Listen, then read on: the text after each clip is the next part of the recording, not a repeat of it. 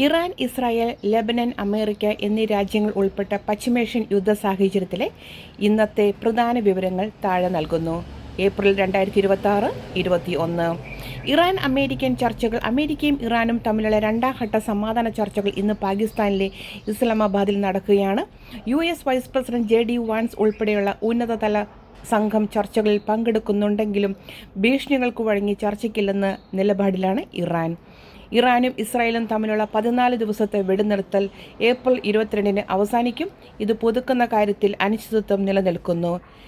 കരാറിൽ എത്തിയില്ലെങ്കിൽ കനത്ത ആക്രമണങ്ങൾ തുടരുമെന്ന് അമേരിക്കൻ പ്രസിഡന്റ് ഡൊണാൾഡ് ട്രംപ് മുന്നറിയിപ്പ് നൽകിക്കഴിഞ്ഞു. ഹോർമോസ് കടലിടുക്കിൻ്റെ പ്രതിസന്ധി. തങ്ങളുടെ അനുവാദമില്ലാതെ കപ്പലുകൾ കടത്തിവിടില്ലെന്ന് ഇറാൻ്റെ റവല്യൂഷണറി ഗാർഡ്സ് വ്യക്തമാക്കി. ഇതിനിടെ ഇറാൻ്റെ 20 ഷാഡോ കപ്പലുകൾ അമേരിക്കൻ ഉപരോധം ലംഘിച്ച് കടന്നുപോയതായി റിപ്പോർട്ടുകളുണ്ട്. മേഖലയിലെ സംഘർഷം കാരണം ആഗോള എണ്ണവിലയിൽ വലിയ മാറ്റങ്ങൾ പ്രകടമാണ്.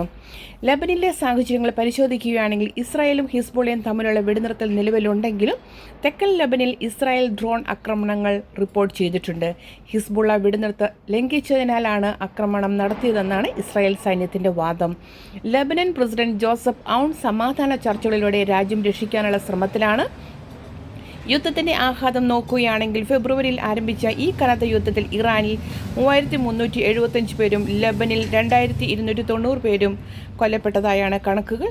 ലെബനിലെ ജനസംഖ്യയുടെ 20% ആളുകൾ പലായനം ചെയ്യേണ്ടി വന്നതായും റിപ്പോർട്ടുകൾ സൂചിപ്പിക്കുന്നു.